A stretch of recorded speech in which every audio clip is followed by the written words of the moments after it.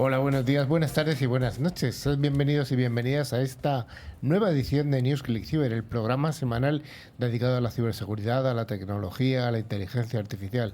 Un programa que realizamos cada semana desde Madrid y que se distribuye a través de 130 medios de comunicación que van desde el mar Mediterráneo hasta el Océano Pacífico, hasta la remota isla de Pascua. Estamos en el programa número 26 de la temporada número 12 y esto significa que es el último programa de la temporada. Ahora aquí empieza en el hemisferio norte un periodo vacacional que se va a extender. Vamos a hacer unas vacaciones amplias de dos meses. Alfonso me está mirando como diciendo... Vamos a disfrutar a tope este año. Vamos a disfrutar. Bueno, pues sí, volveremos a mediados de septiembre con nuevos programas. Pero bueno, podéis escuchar todos los programas anteriores. El equipo de hoy prácticamente ha sido el equipo titular de la temporada, con alguna persona que ha venido, alguna persona que ha estado ausente por algún tema de paternidad, y como siempre que ha venido Alfonso al programa ha llegado la inteligencia artificial y la humana. Sí, pero ahora tenemos que hablar de la superinteligencia artificial. Es el nuevo reto que nos hemos planteado. También viene el señor más divertido de la radio, como viene siendo habitual, Hola. Don Javier Soria. ¿Qué tal? Un día más, el último de esta temporada. Oh, la temporada siguiente es la número 13 y va sin rima, no hay rima. Tenemos al cerebro del programa, a don Carlos Valerdi. ¿Qué tal? Bueno, buenos días, buenas tardes y buenas noches a todos. Un poco triste porque termina la temporada, pero feliz de saber que viene una nueva temporada y también feliz porque Argentina y España han salido campeones. Es verdad, así que de la Copa América y la motivo. Eurocopa, Exactamente. respectivamente. Bueno, damos un saludo también a la audiencia de Colombia, que no todo el mundo puede ganar. Ingleses, bueno, también tenemos audiencia inglesa, así que bueno, no se puede ganar. Y también tenemos a la voz profunda de la radio, a don Rafa Tortajada. ¿Qué tal, Carlos? Pues nada, en septiembre cogeremos y vendremos con más ganas y nuevos retos. Y nuevos retos. Y es justo dar las gracias a Lota, Stratec 360, a Netaro y a Bitdefender por hacer posible cada semana este programa. Y también damos un cordial saludo a toda nuestra audiencia que nos sigue mientras realizan cualquier tipo de actividad.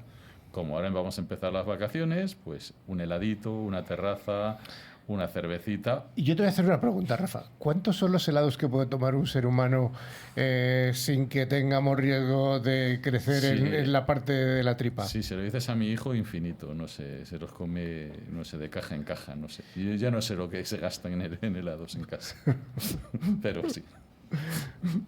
Durante toda la semana nos podéis seguir a través de las redes sociales X, LinkedIn o Facebook o en nuestro email info@clickciber.com. Además recordamos y recomendamos visitar nuestra web llena de interesantes contenidos, clickciber.com. También informamos que se puede acceder a todos los programas anteriores a través de nuestro podcast disponibles en Spotify, iBooks, Apple Podcasts, TuneIn, YouTube, Twitch y Amazon Music. Además, invitamos a suscribirse en cualquiera de estas plataformas y animaros a dar like para sentirnos queridos. Para ello, solo tenéis que buscar la palabra clave ClickCiber, las dos con i latina. Una vez más recordamos que hace muy poquito que acabamos de publicar nuestra revista, así que se puede consultar en nuestra página web. Bueno, don Carlos, ¿qué contenido vamos a tener en el último programa de la temporada número 12? ¿Cómo suena eso? ¿Cómo suena? Bueno, vamos a empezar diciendo que una semana como esta de hace 32 años se sube la primera fotografía a Internet. Atentos.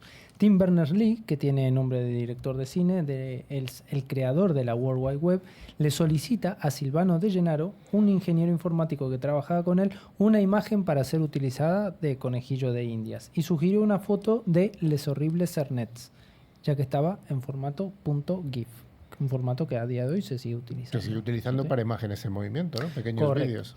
Bueno, seguiremos con el índice de cada semana, donde hablaremos de las noticias más relevantes, tanto de tecnología como de ciberseguridad que han ocurrido. Una ciberpíldora donde hablaremos de MemRestore. ¿Qué será esto? Javi Soria.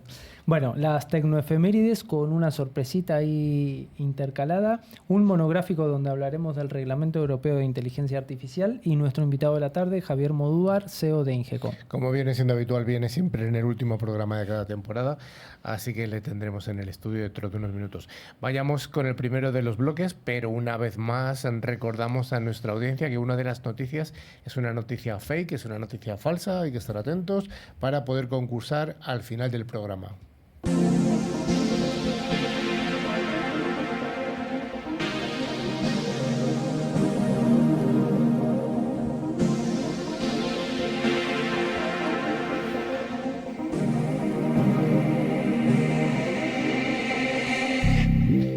Y arrancamos con una vulnerabilidad en el Outlook que abre la puerta a que los usuarios sean infectados sin que lo sepan, Rafa. Pues sí, investigadores de Morphisec han descubierto recientemente una vulnerabilidad de ClickZero en este popular gestor de correo electrónico, utilizado por millones de usuarios, sobre todo corporativos. Pero primero tendríamos que aclarar qué es esto de una vulnerabilidad de ClickZero. Pues cuando hablamos de una vulnerabilidad de ClickZero, estamos haciendo referencia a un fallo de seguridad que permite comprometer un sistema sin que el usuario realice acción determinada. Es decir, que no puse ningún enlace o ningún botón. Con todos nuestros oyentes pueden comprender esto muy peligroso porque los atacantes no necesitan interacción con la víctima para lograr su cometido. Según explica Morphisec, si se llega a explotar esta vulnerabilidad puede dar lugar a filtraciones de datos, accesos no autorizados y otras actividades maliciosas debido a la ejecución arbitraria de este código. Aunque Microsoft ha catalogado la vulnerabilidad como importante y no crítica, la compañía no ha tardado en lanzar un parche de seguridad para corregir la mencionada vulnerabilidad. El catalogarla como importante en vez de como crítica es porque para explotarla el vector de ClickZero debe venir en el correo de un remitente de confianza, cosa que en muchas empresas es difícil de evaluar. Desde ClickCyber siempre hacemos hincapié en que hay que actualizar y sabemos que las actualizaciones de software son clave para garantizar la seguridad de todos nuestros dispositivos. Pero es también muy importante tener presente que no basta con actualizar únicamente el sistema operativo, sino también es necesario mantener actualizada cada una de las aplicaciones individualmente. Esta es una vulnerabilidad que ellos la han nombrado como crítica, pero a mí me parece muy importante porque, como decía Rafa, no es necesaria la interactuación del usuario. Sí. Como el Pegasus. Como Pegasus, efectivamente, Pegasus, el software al espía. final Solo con tener el Outlook y recibir el correo es suficiente, no hace Ya. falta ni abrirlo, ni darle clic, ni nada. Y además en muchas empresas comerciales, ¿quién es de confianza? Si yo pido, no sé, un mueble, yo soy de confianza, no soy, a mí me tienen que abrir, Gmail está abierto, por ejemplo. Vamos con una noticia del espacio, ya que la onda Psyche de la NASA, y vamos a ver cuál es el secreto de sus motores de plasma, que además que son rusos, Alfonso. Pues sí, la sonda Psyche de la NASA se encuentra actualmente más allá de la órbita de Marte, rumbo al asteroide metálico 16 Psyche, valorado en miles de millones de euros, por cierto. Lanzada el pasado 13 de octubre de 2023, Psyche se ha movido por el sistema solar interior conducida por Isaac Newton, como decían en la película Apolo 13. Vamos, que ha seguido su órbita sin maniobras propulsivas, tras recorrer más de 300 millones de kilómetros de esta forma y después de haber superado en 6 meses la puesta a punto de sus sistemas e instrumentos. El control de la misión encendió por primera vez los motores iónicos de la nave. Bueno, para ser precisos, no son motores iónicos, sino de efecto Hall, también denominados de plasma. Pero el principio es muy parecido. Básicamente, y resumiendo mucho, los motores de plasma no usan rejillas para acelerar los iones y tienen un empuje ligeramente mayor que los motores iónicos, aunque a cambio su eficiencia, el impulso específico, es algo menor. Tanto los motores iónicos como los de efecto Hall generan un empuje muy pequeño, pero pueden funcionar continuadamente durante meses o años y son extremadamente eficientes. Su impulso específico puede ser del orden de miles de segundos, mientras que un motor químico eficiente ronda los 300-400 segundos. Ambos tipos de motores se denominan genéricamente eléctricos, ya que se necesita un voltaje para acelerar los iones, que normalmente son aniones de gases nobles como el xenón, kriptón o argón. La sonda Psyche lleva la friolera de 1085 kilos de xenón como propelente, almacenados a 45 grados centígrados en 7 tanques con un volumen de 82 litros cada uno. De hecho, Psyche es la sonda espacial con mayor cantidad de xenón de toda la historia. Cada uno de los 4 motores eléctricos de Psyche genera unos 240 mN de empuje y en cada momento solo habrá uno en funcionamiento. El consumo de xenón será de entre 0,35 a 1,3 kilogramos al día, dependiendo del empuje de los motores. Psyche llegará a Psyche, valga la redundancia, en agosto del 2029, aunque antes, en mayo del 2026, realizará una maniobra de asistencia gravitatoria al sobrevolar Marte y ajustar su trayectoria, sobre todo el cambio de plano orbital, sin gastar propelente en el proceso. Los motores de efecto Hall de Psyche usan la electricidad generada por los enormes paneles sonales de la sonda, capaces de producir 21 kilovatios en la órbita terrestre y un mínimo de 2,3-3,4 kilovatios en la órbita de Psyche. Claro, al estar mucho más lejos del Sol va a generar mucho menos energía.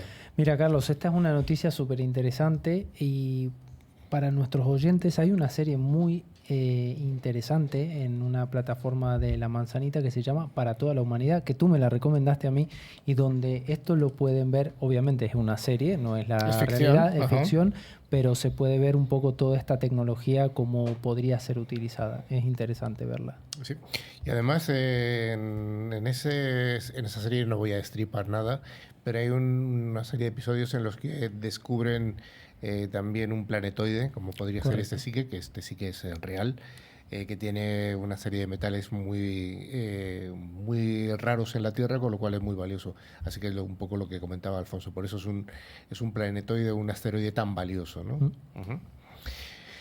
Vamos con la siguiente y es la compra de la semana. Atención, nuestros todopoderosos Google están a punto de comprar por 23.000 millones de dólares, aproximadamente en euros, prácticamente lo mismo. Van a comprar una startup israelí llamada Wiz. Y bueno, si recopilamos un poco lo comprado por Google, podemos darnos cuenta de la magnitud de la compra, ya que Google va a comprar esta empresa, Wiz, que como decíamos es una startup israelí de ciberseguridad, por esa cantidad, 23.000 millones de dólares. Esta información se ha dado a través de Wall Street Journal y va a verse a continuación si infringe alguna ley antimonopolio de Estados Unidos. Porque hasta ahora la mayor compra de Google fue la de YouTube, que fue 1.600 millones, y Motorola 12.000 millones, y también es mucho más grande que la que pagó en su día por Mandiant, 5.400. Es decir, ahora una pequeña startup vale 23.000 millones de dólares. Yo me pregunto, las dos personas que lo fundaron... Sobre todo que hace una semana valía 12.000 millones la compañía y ahora aparece por 24.000. Porque la quiere comprar Google. Eso es como en todo, si alguien la quiere comprar, pues ya sabes, sube el precio. Pero aparte es llamativo que es una empresa fundada apenas en el año 2020, no es una empresa que haga muchos años que está en el mercado. Los 4 fundadores de Wiz la fundaron hace 4 años, en enero de 2020.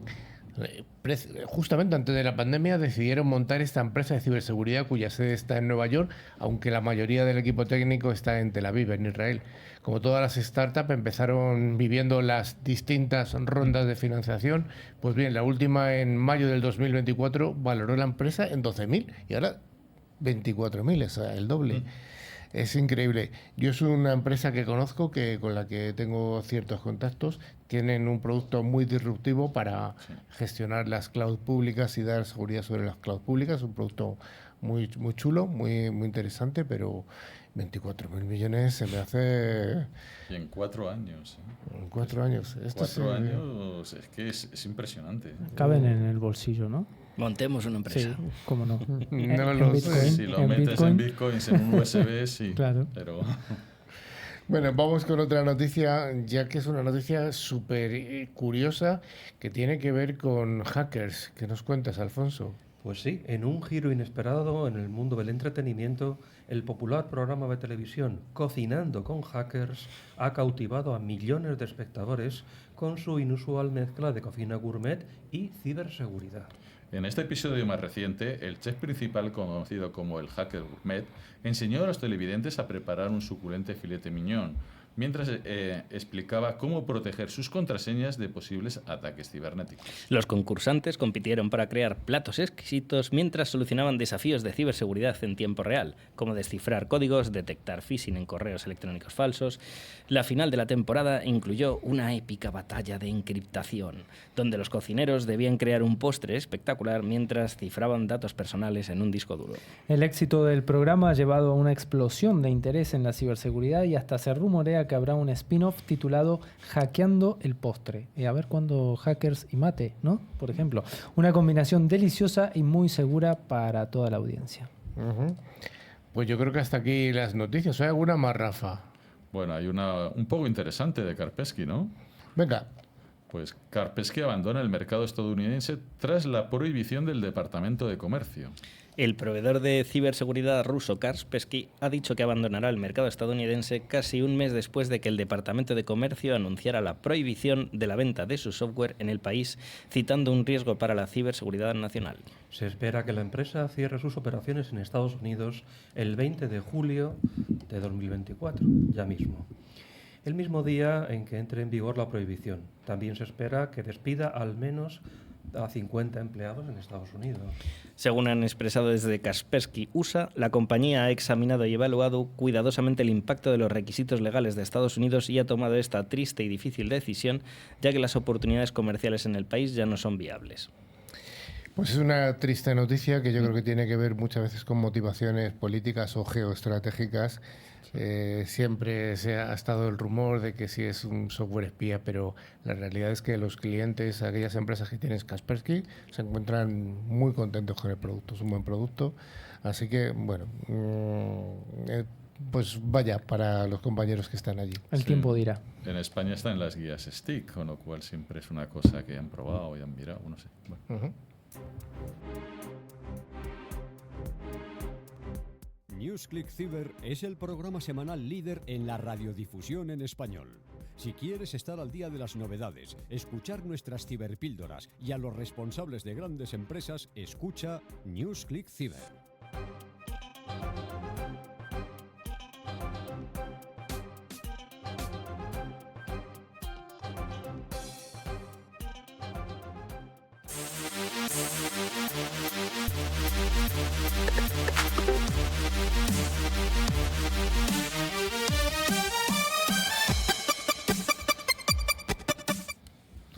Gracias a empresas de alta tecnología, como es el caso de Allot, cada semana en NewsClick Cyber os ofrecemos nuestra ciberpíldora para aclarar distintos conceptos tecnológicos.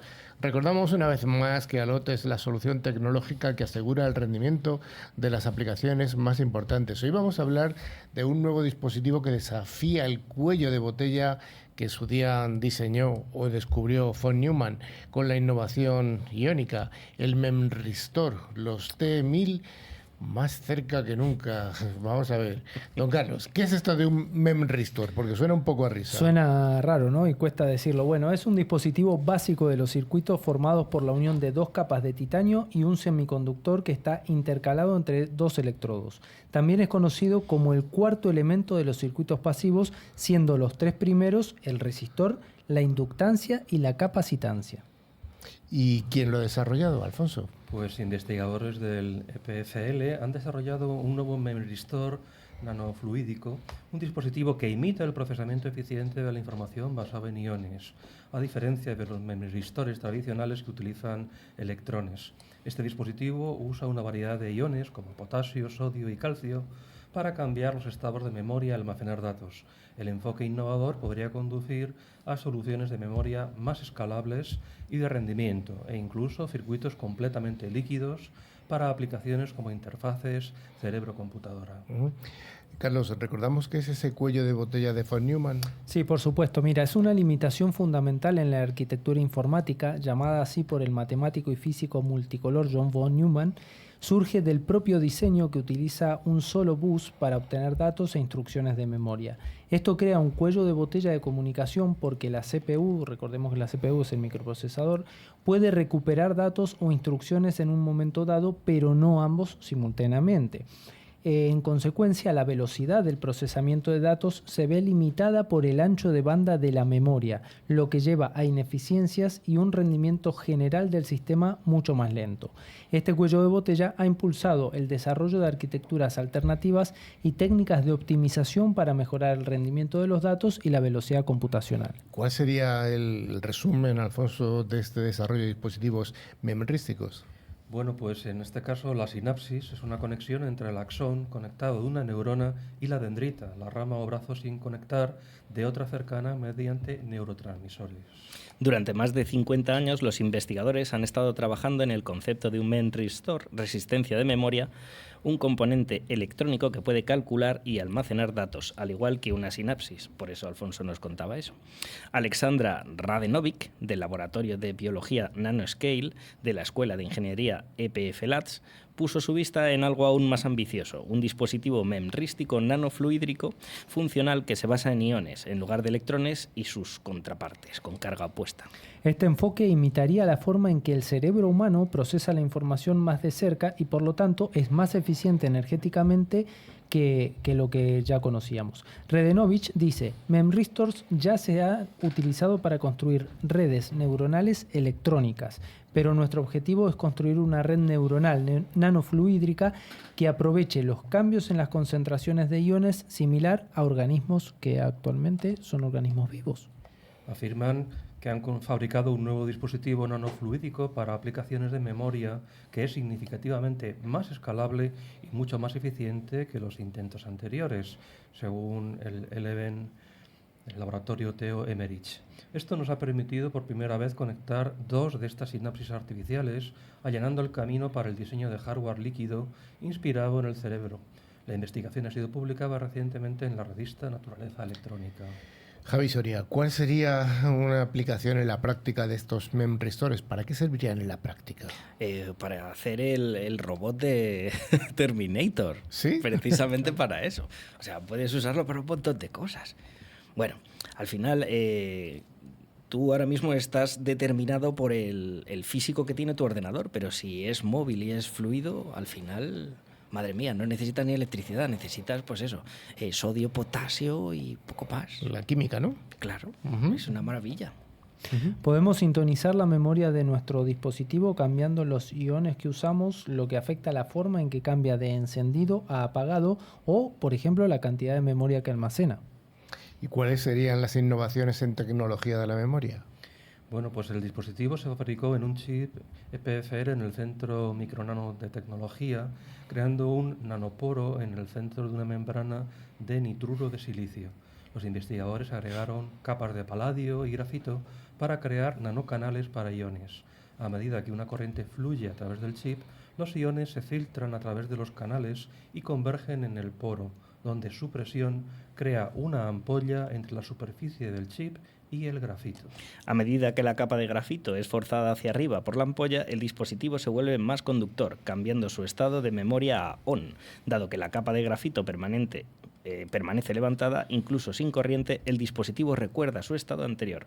Un voltaje negativo vuelve a poner en contacto las capas, restableciendo la memoria al estado off.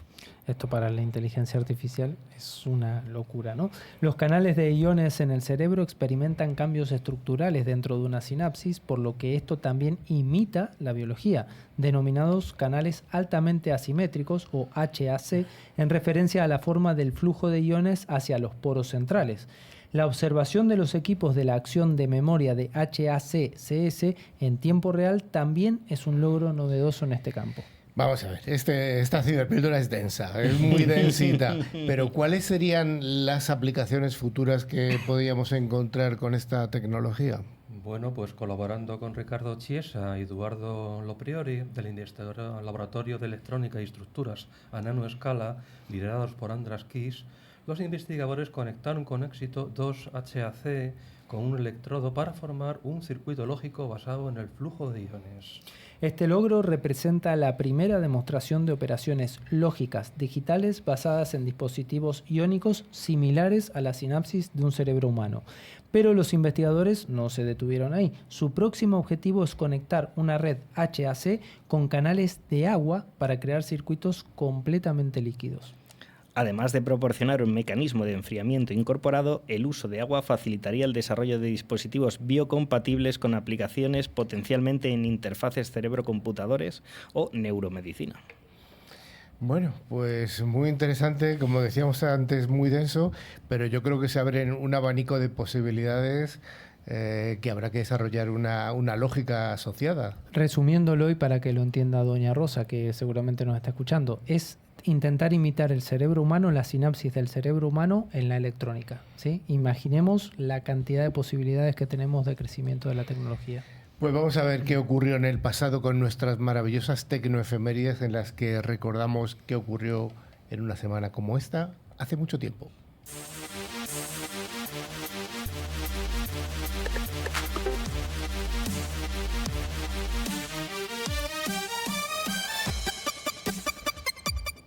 Pues como decíamos que en todos los ámbitos, en la tecnología, todas las semanas, todos los días pasan cosas interesantes e importantes. Vamos a recordar algunas de ellas. Y vamos a empezar, siempre hay una noticia de IBM, Alfonso, siempre nos tienes que contar algo de IBM. Pues sí, resulta que el 16 de julio de 1906 nace en Estados Unidos Reynold B. Johnson, científico informático de IBM, conocido por desarrollar la primera unidad de disco duro magnético comercial y la cinta de vídeo. El disco duro había que meterlo por una carlinga especial de los aviones porque más o menos pesaba 500 kilos y medía como 3 metros cúbicos y almacenaba la friolera de 20 megabytes. Bueno, un avance. Es un avance, sí. Bueno, Rafa, ¿qué nos cuentas de la ley Moore? Que es muy, Pues bueno, muy chunga o muy divertida. Sí, es una de las leyes que se creó, bueno, se escribió el 18 de julio de 1968 por el químico y físico llamado Robert Nice y coinventor del circuito integrado. Quedando integrante Electronic Corporation, que actualmente se llama Intel, en Mountain Valley, California, Estados Unidos, con Andy Grove, que se une al poco tiempo después a la empresa. Entonces, esta ley de Moore lo que te hace es que todos los circuitos, cada X tiempo, van al doble de densidad y cada vez más cuando llegas se duplica la densidad. Exactamente. Ajá, muy bien. Y si hablamos un poco de esta época, a finales de los años 60, Carlos, ¿qué me cuentas? Mira, vamos a una de alunizajes. Mira, el 20 de julio del año 1969, todos los recordarán, los que lo vivieron y los que no lo hemos vivido, el Apolo 11 aterriza en la Luna a las 9:18 horario GMT. En el mar de la tranquilidad y se transmite el mensaje: Houston, aquí base tranquilidad, el Águila ha aterrizado. Un dato curioso, en América, en Argentina, en Estados Unidos y demás, el 20 de julio se celebra el Día del Amigo por el alunizaje, el primer alunizaje del hombre en la Luna. ¿Y qué tiene que ver el amigo? Bueno, se supone que es una cuestión de amistad, de colaboración entre países y demás, y se celebra el Día del Amigo. Sois unos lunáticos, me parece. Somos lunáticos. Bueno, don Javi, ¿qué me cuentas de Apple? ¿Alguna noticia de Apple curiosa? Sí, bueno, es un lanzamiento pero no de cohetes. El 21 de julio del 99, Apple lanza el iBook 3G. Su diseño fue claramente influenciado por los consumidores del escritorio de Apple, el iMac. Bueno, y vamos a empezar con una mini sección que le llamamos las tecnocuriosidades. Y vamos a empezar con una pregunta.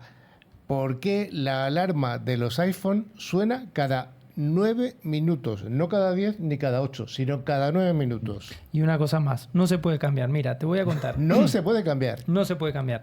La duración de 9 minutos entre las repeticiones de la alarma del iPhone tiene sus raíces en la historia de los relojes mecánicos. Los primeros relojes despertadores inventados en el siglo XIX usaban un mecanismo sencillo que permitía posponer la alarma, pero hacerlo en intervalos precisos de 10 minutos era muy difícil debido a limitaciones mecánicas. Y esto se extendía a 10 minutos y 43 segundos. El engranaje más cercano a 10 minutos sin agregar complejidad adicional resultaba en aproximadamente 9 minutos y 3 segundos. Cuando los relojes digitales y eventualmente los teléfonos móviles adoptaron la función de repetición de alarma, conservaron este intervalo de 9 minutos como una tradición histórica. Apple, al diseñar el iPhone, decidió mantener este intervalo. Así, cada vez que se pospone una alarma, suena nuevamente después de 9 minutos, reflejando esta antigua costumbre de diseño de los relojes despertadores mecánicos. La Muy pregunta curioso. que habría que hacernos es cuántas veces le damos a pospon la alarma, pospon. Pero es Algún un dato lunes que curioso. otro sí. Claro, es un dato curioso porque yo creo que pocos se detienen a pensar en por qué suena cada 9 minutos y por qué no lo puedo cambiar. Nunca lo había pensado y Bueno. nunca le busco para cambiarlo, ¿no? Pues ya lo sabes, ya lo sabes.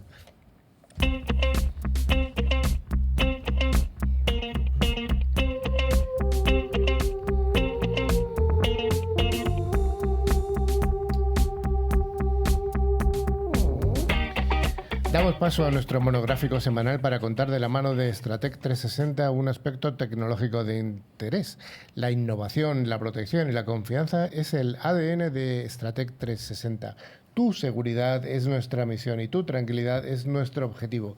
Y vamos a hablar de algo que preocupa mucho a muchos sectores económicos, a muchas profesiones, que es la inteligencia artificial. Vamos a dar un poco de paz, vamos a dar un poco de quietud hablando del Reglamento Europeo de Inteligencia Artificial y sobre todo de su impacto en los distintos mercados de trabajo. Este reglamento, que tiene por codificación el UE 2024-1690, establece las normas armonizando esta inteligencia artificial con obligaciones específicas basadas en los riesgos y en el impacto, afectando también, por supuesto, al ámbito laboral. Alfonso, ¿qué nos cuentas? Pues el pasado viernes 12 de julio se publicó en el Diario Oficial de la Unión Europea uno de los reglamentos más esperados, el que atañe a la regulación de la inteligencia artificial y que fija una serie de obligaciones para la IA en función de sus riesgos potenciales y su nivel de impacto. Y entre los ámbitos afectados está el laboral. Uh-huh.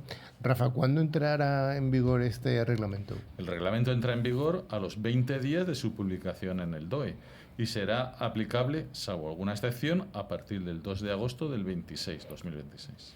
Conviene aclarar también que, a pesar de lo publicado en muchos medios de comunicación, foros, que estamos hablando de un reglamento y no de una ley. A pesar de los múltiples titulares hablando de la ley de la IA, tampoco es una directiva. Al tratarse de un reglamento, es de aplicación directa en todos los Estados miembros y no requiere transposición. Finalmente, el principal objetivo del reglamento es el de mejorar el funcionamiento del mercado interior y promover la adopción de una inteligencia artificial centrada en el ser humano y fiable, garantizando al mismo tiempo un elevado nivel de protección de la salud, la seguridad y los derechos fundamentales consagrados en la Carta, incluidos la democracia, el Estado de Derecho y la protección del medio ambiente, frente a los efectos perjudiciales de los sistemas de IA en la Unión Europea, así como prestar apoyo también a la innovación. El reglamento define un sistema IA como un componente basado en una máquina que está diseñado para funcionar con distintos niveles de autonomía y que puede mostrar capacidad de adaptación tras el despliegue y que, para objetivos explícitos o implícitos, infiere de la información de entrada que recibe la manera de generar los resultados de salida, como predicciones, contenidos, recomendaciones o decisiones que pueden influir en entornos físicos o virtuales. Tal y como se expone expresamente en el articulado, el reglamento no debe afectar a las disposiciones destinadas a mejorar las condiciones laborales en el trabajo en plataformas digitales establecidas en una directiva del Parlamento Europeo y del Consejo relativa a la mejora de las condiciones laborales en el trabajo en plataformas digitales. Además, el presente reglamento tiene por objeto reforzar la eficacia de tales derechos y vías de recurso vigentes mediante el establecimiento de requisitos y obligaciones específicos, también en lo que respecta a la transparencia, la documentación técnica y la conservación de registros de los sistemas de IA. Asimismo, las obligaciones impuestas a los distintos operadores que participan en la cadena de valor de la IA en virtud del presente reglamento deben aplicarse sin perjuicio del derecho derecho nacional que, de conformidad con el derecho de la Unión, tengan por efecto limitar el uso de determinados sistemas de IA cuando dicho derecho quede fuera del ámbito de aplicación del presente reglamento o persiga objetivos legítimos de interés público distintos de los perseguidos por el presente reglamento. Así, por ejemplo, el presente reglamento no debe afectar al derecho laboral nacional ni al derecho en materia de protección de personas de menos de 18 años, que tienen en cuenta la Convención sobre los Derechos del Niño de Naciones Unidas relativa a los derechos de los niños en relación con el entorno digital, en la medida en que no son específicas a los sistemas de IA y persiguen otros objetivos legítimos de interés público. En primer lugar, el reglamento remarca que, dado que el desequilibrio de poder en el contexto laboral o educativo, unido al carácter intrusivo de determinados sistemas de IA, dichos sistemas podrían dar lugar a un trato perjudicial o desfavorable de determinadas personas físicas o colectivos. Por tanto, debe prohibirse la introducción en el mercado, la puesta en servicio y el uso de sistemas de IA destinados a ser utilizados para detectar el estado emocional de las personas en situaciones relacionadas con el lugar de trabajo y el ámbito educativo. Dicha prohibición no debe aplicarse a los sistemas IA introducidos en el mercado estrictamente con fines médicos o de seguridad, como los sistemas destinados a un uso terapéutico. Las relaciones contractuales de índole laboral deben incluir de manera significativa a los empleados y a las personas que prestan servicios a través de las plataformas, como indica el programa de trabajo de la Comisión Europea. Dichos sistemas de IA en el ámbito laboral pueden perpetuar patrones históricos de discriminación, por ejemplo, contra las mujeres, determinados grupos de edad, las personas con discapacidad o las personas de orígenes raciales o étnicos concretos o con una orientación sexual determinada durante todo el proceso de contratación y en la evaluación, promoción o retención de personas en las relaciones contractuales de índole laboral. Los sistemas de IA empleados para controlar el rendimiento y el comportamiento de estas personas también pueden socavar sus derechos fundamentales a la protección de datos personales y a la intimidad. Y eso se traduce, entre otros, en que deben clasificarse como sistemas de alto riesgo los siguientes en materia de empleo, gestión de los trabajadores y acceso al autoempleo. Ahora bien, dicha prohibición no debe aplicarse a los sistemas de IA introducidos en el mercado estrictamente con fines médicos o de seguridad, como los sistemas destinados a su uso terapéutico. Por supuesto, la publicación de este reglamento es, sin duda, enormemente relevante. Ahora bien, en el aire está la pregunta de si realmente para cuando entre en vigor el reglamento, dada la irrupción y velocidad a la que se mueve la inteligencia artificial, no nos encontraremos con un escenario donde la realidad de la IA ha acabado superando el marco normativo diseñado hoy. Alfonso, como experto en inteligencia artificial del programa, ¿tú prevés que este reglamento vaya a tener una transposición o alguna emulación en los grandes competidores europeos, es decir, Estados Unidos y China? No, realmente no. Es decir, los europeos estamos mucho más preocupados por la legislación que el resto del mundo. Está bien porque, digamos, poner cautelas que protejan a las personas es importante. Pero desafortunadamente la velocidad a la que se mueve hoy en día la IA va a hacer que cuando este reglamento esté introducido, ya probablemente la problemática que está intentando resolver sea una realidad. Con lo cual probablemente habrá que aplicar un mecanismo acelerador a efectos de mejorar la garantía en la protección de las personas. O sea que no sería nada raro que dentro de un año hubiera una versión 2 de este reglamento. Sí, lo normal es que hubiera una actualización para poder abordar esta protección. Bueno, pues hasta aquí esta introducción al Reglamento Europeo de Inteligencia Artificial y cómo va a afectar su impacto al mundo laboral.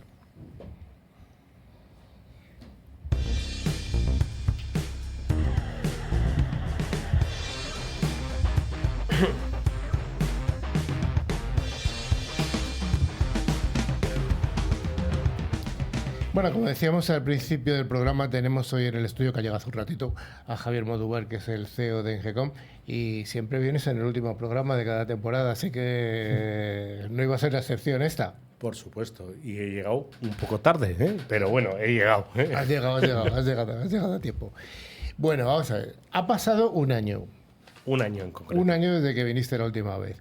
Te voy a preguntar... ¿Cuántos años llevo viniendo? 5. 5 temporadas lleváis. No, temporadas más. Acuérdate que cada año tenemos 2 temporadas. 10 temporadas, cierro la temporada, ¿eh? Bueno, estábamos en la temporada 12. Pero bueno, el fin de la temporada 12. Pero bueno, la pregunta es, ha pasado un año. ¿Qué ha pasado? Te voy a preguntar primero por dónde estás, por Ingecom. ¿Qué ha pasado con Ingecom? Porque ha habido alguna noticia relevante en este tiempo. Bueno, lo primero, felicitaros por el programa que sigue aumentando en audiencia, que yo siempre cierro la temporada, ¿eh? Me encanta cerrar la temporada, ¿eh? No sé, en verano que hay poca gente, cierra la temporada, me encanta, pero bueno. ¿Qué ha pasado con Ingecom? Ingecom ha tenido muchos vaivenes. El año pasado, cuando yo estaba en Ingecom, dirigía Ingecom, sigo dirigiendo Ingecom, pero Ingecom es más grande. Nos han comprado un grupo a nivel mundial, el primer grupo a nivel mundial de ciberseguridad, y yo creo que para Ingecom es un reto porque tenemos una visión más global, más de fabricantes, más de penetración en mercados, con lo cual a nivel de Ingecom es buena noticia. Lo que ha pasado con Ingecom, que ha sido adquirida por una multinacional, es un poco el termómetro de lo que está ocurriendo con grandes empresas o empresas españolas que están integrándose en grandes multinacionales. ¿Hay una concentración? Fíjate, que llevo 5 años o 4 años viniendo aquí, y siempre cuando hablo el mercado, cómo se integra, hablamos de tecnología, integración, cómo va el mercado, y es curioso porque es como un mercado muy dinámico, se va integrando, ¿no? Cada año que pasa veo noticias diferentes y veo la integración diferente. Hay 3 tipos de integraciones. Primera integración a nivel de partners que se compran a partners. Bueno, y aquí tengo a gente a mi alrededor que les veo todos los años y que trabajan en partner y que lo ven y que se van integrando. Segunda, integración a nivel de fabricantes, es decir, ayer o esta semana os habéis levantado con la noticia que en Israel se ha producido la mayor compra que ha habido en su historia. Lo hemos comentado en las noticias, 23.000 millones. 23.000, con lo cual hay una intensidad de compra y venta de fabricante, y a nivel de distribución pasa 3-4 lo mismo. Se están integrando, con lo cual, ¿qué va a ocurrir en el futuro? Que sigue esta trayectoria, porque el mercado es tan dinámico que hay muchos actores y se tienen que integrar. Pero el que ha comprado ahora ha sido Google, este gigante. O sea, ¿va a haber una concentración de los grandes actores, de los Google? No, de los Microsoft? pero tiene su sentido, Es decir, si ves cada movimiento que hay en el mercado, los movimientos de Cien, los movimientos de que hace CrowdStrike, que hace Palo Alto, todo en el mercado tiene su sentido, Todo en el mercado es defensivo o ofensivo. Es defensivo para protegerse frente a la competencia, ofensivo para recabar mercado. Con lo cual, ten en cuenta que los grandes fabricantes, al último, ya les merece la pena comprar a actores menores que han desarrollado una buena tecnología y pagar mucho, lo hemos visto esta semana, y no esperar a desarrollar esa tecnología para perder el carro. Es normal. Es decir, es más fácil comprar y ponerte al carro y integrar que no desarrollar desde dentro. O sea, crecimiento inorgánico frente a crecimiento orgánico. Pero eso lo vamos a ver en los próximos años, aún más. Es decir, básicamente va a haber muchas empresas, y eso es lo bueno de la tecnología, donde todos nos movemos. Hay gente que tiene una buena idea, la funda, desarrolla una idea, y al de 5 años, 6 años, si esa idea ha sido buena, se lo compra otro. O sea, está claro que Wiz con 4 años tuvo una buena idea, un buen desarrollo. Yo conozco el producto, es un producto muy interesante. ¿Tú invertiste? Yo no. Si ambos invertimos... Fallé. Exacto, No teníamos esa idea todavía, de Wiz, Pero bueno, o sea, lo que sí que ocurre es que el ciclo de las startups que son tan exitosas es realmente muy, muy corto. En 4 años ha pasado de 0. No son 4 años. Una startup, aunque la gente piense que son 4 años, es un recorrido duro.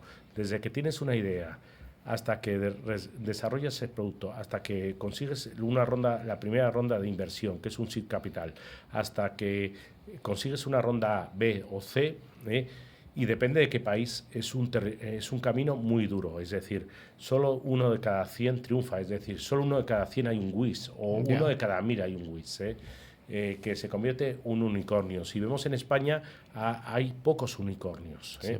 Entonces, no es tan fácil decir, no, monto una startup y me van a comprar Google. Es muy difícil. Ya.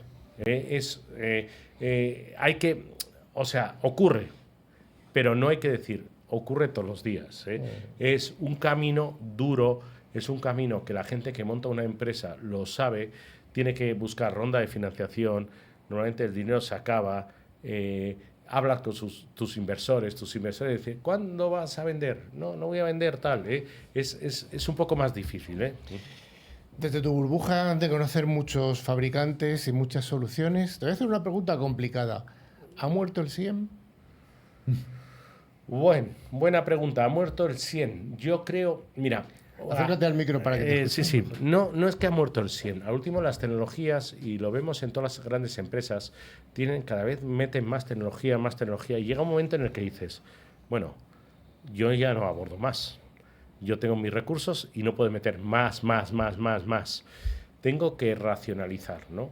Tengo que tener ideas. Y ahí está una startups, aquel que consiga reducir la tecnología, no aumentar la tecnología. Hemos hablado de IA, aquel que aplique bien la IA con concepto, no una IA generalista, no una IA que te conteste, una IA más dedicada al negocio, creo que tiene un gran futuro. ¿Qué significa? ¿Ha muerto el 100? La pregunta, yo creo que no. El 100 es un elemento más dentro de la red que tiene que ser una ingesta de datos para otras tecnologías. Uh-huh. También este ha sido el año de la inteligencia artificial utilizándolo desde Microsoft con el Copilot, con todos los riesgos y oportunidades que eso trae, inteligencia artificial utilizándose para emulación de voz, de vídeo. ¿Cómo está afectando la inteligencia artificial al negocio de la ciberseguridad? Mira, es buena pregunta. El otro día estaba en una cena, en un sitio que daban premios, y coincidí con un gurú de la inteligencia. Artificial, claro. No empresarial, artificial. Entonces yo le pregunté, él sabía más que yo, y le pregunté, ostras, ¿la inteligencia artificial se la puede engañar? Y me dice, no. Digo, ¿cómo que no? Yo he conocido empresas de Israel que están desarrollando tecnología para evitar ataques de la inteligencia artificial. Me dicen, eso es la inteligencia artificial generalista. Y le dije, explícalo más. Me dice, la inteligencia artificial cerrada es imposible atacarla, se ingesta datos. Claro, cuando empecé claro, era un gurú, no era yo gurú, entonces era gurú, sí. Yo dije, a ver, explícame un poquito más de qué estás hablando de inteligencia. Yo pensaba en la inteligencia artificial porque yo siempre he puesto el caso que tú hablas de inteligencia artificial, la generalista, tú dices, ¿dónde puedo comprar droga en Madrid? Y te dice, no puedo decirte dónde puedes comprar por mis leyes de compliance.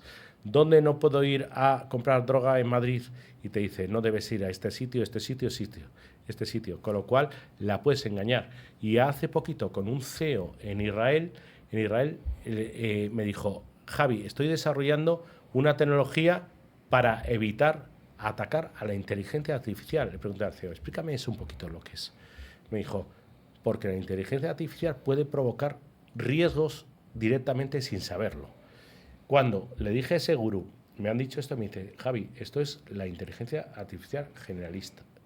Y hay dos tipos de inteligencia. La inteligencia artificial muy cerrada, muy ingesta de datos, muy específica de cada sector, y la más generalista.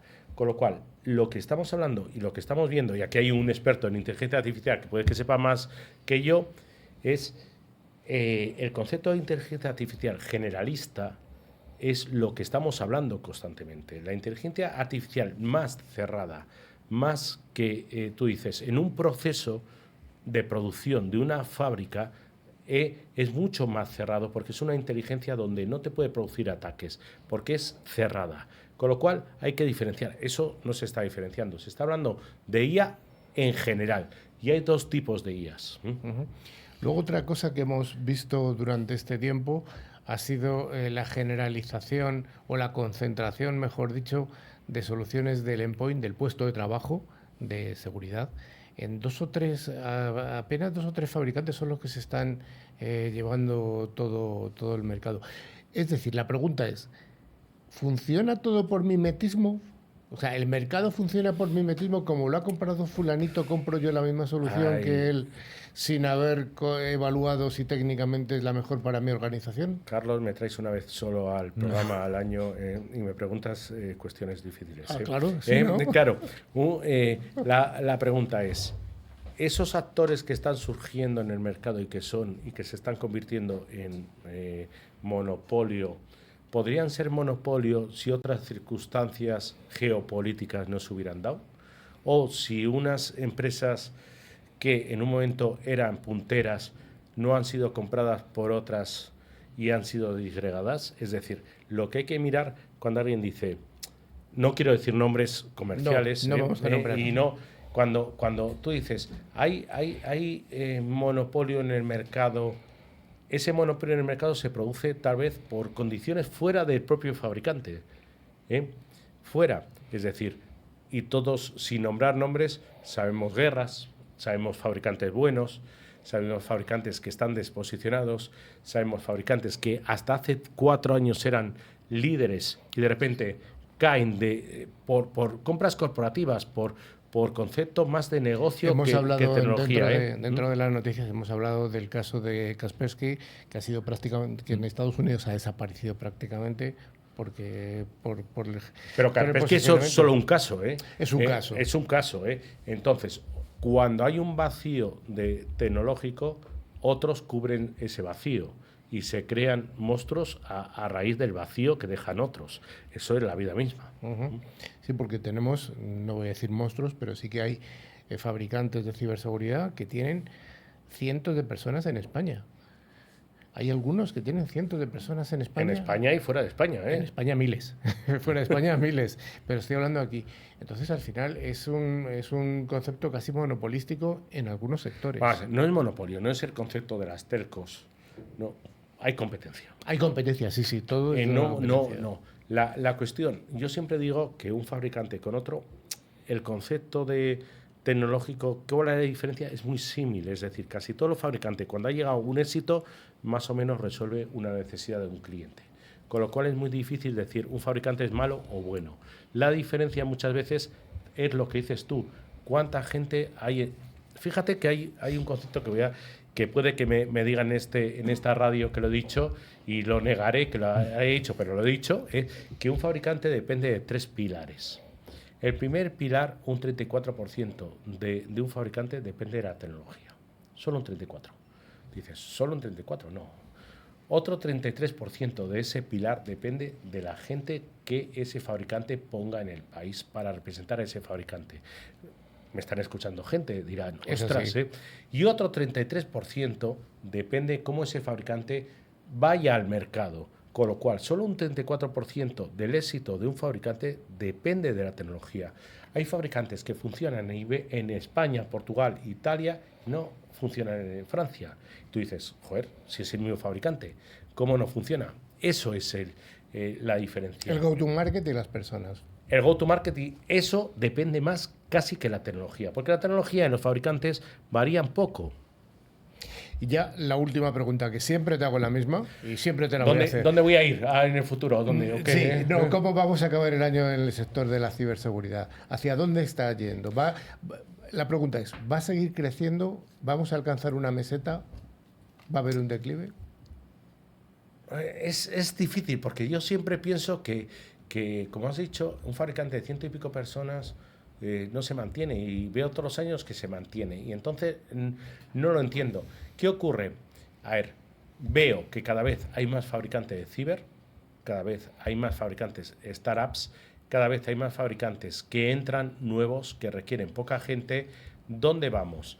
Los clientes tienen el mismo presupuesto y más necesidades, con lo cual es difícil que haya o sea, al mismo presupuesto y más fabricantes, al último, o se concentra en un fabricante o de... Hay una cosa buena, que cada vez hay más ataques, ¿eh? Y hay más ataques y hay más sensibilidad de los ataques, con lo cual hay más presupuestos a nivel de los consejos de administración, a nivel de presupuestos. Pero yo creo que o estamos planos o vamos a crecer, pero tampoco va a ser una burbuja en los próximos años como lo que ha habido en los últimos 3. Ya no va a haber crecimiento del 20%. Es complicado. No del 20%, no te digo. O sea, si dijera al 20% jugaría a la lotería. No. Entonces, no lo sé, pero yo creo que va a ser no plano, pero el crecimiento no va a ser tan exponencial como ha sido anteriormente. Y luego hay otro aspecto muy claro, que ha entrado en juego la inteligencia artificial, que hasta hace 3 años, 4 años no lo teníamos en ese concepto tan claro. Pues muchas gracias, Javier Modúvar, por habernos dado tu visión particular, además muy personal, de cuál es el negocio de la ciberseguridad en España.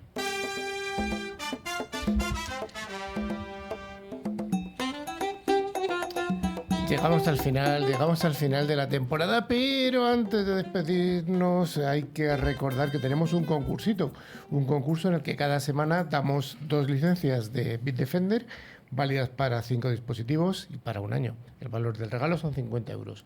Lo primero, ¿tenemos ganadores de la semana anterior? Pues sí, los ganadores han sido Marina Gutiérrez de Girona, España, y Fernando Alcalde de Jaén. En España. Bueno, pues enhorabuena a los dos. ¿Y la pregunta, Rafa, para la próxima semana? Bueno, para las próximas semanas. Para septiembre. Hasta septiembre, sí. Quedamos para septiembre. Sí. Pues muy fácil, ¿cuál ha sido nuestra noticia fake? Y ya sabéis, para participar, enviarnos un email a info@clickciber.com indicando el nombre y la localidad.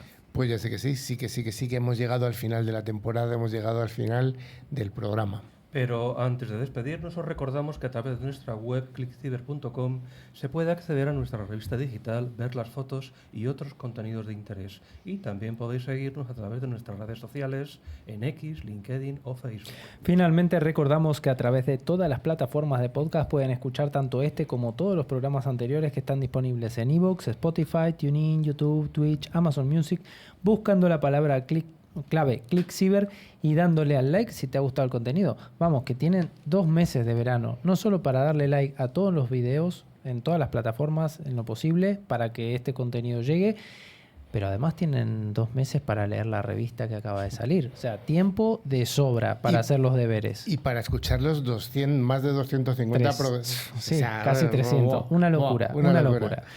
Bueno, pues ya en serio deseamos a toda la gente, a toda la audiencia que pase un feliz verano los que estéis en el hemisferio norte, disfrutar de la Eurocopa, disfrutar de la Copa América, del subcampeonato, etcétera, donde hayamos quedado cada uno, y disfrutad mucho, leed mucho, ver muchas películas, y cualquier comentario que queráis hacernos, pues tenemos nuestro buzón abierto durante toda la temporada, info@clickciber.com, para decirnos, lo estáis haciendo bien, mal, regular, matar a Carlos, matar a Rafa. Cortarse mejor el pelo, ¿no? Sí, lo que sea. Un poquito. Bueno, pues muchas gracias a todos, muchas gracias, Javi, por estar detrás de la pecera, y nos vemos y nos escuchamos a partir de mediados de septiembre. Adiós. Adiós. Hasta luego.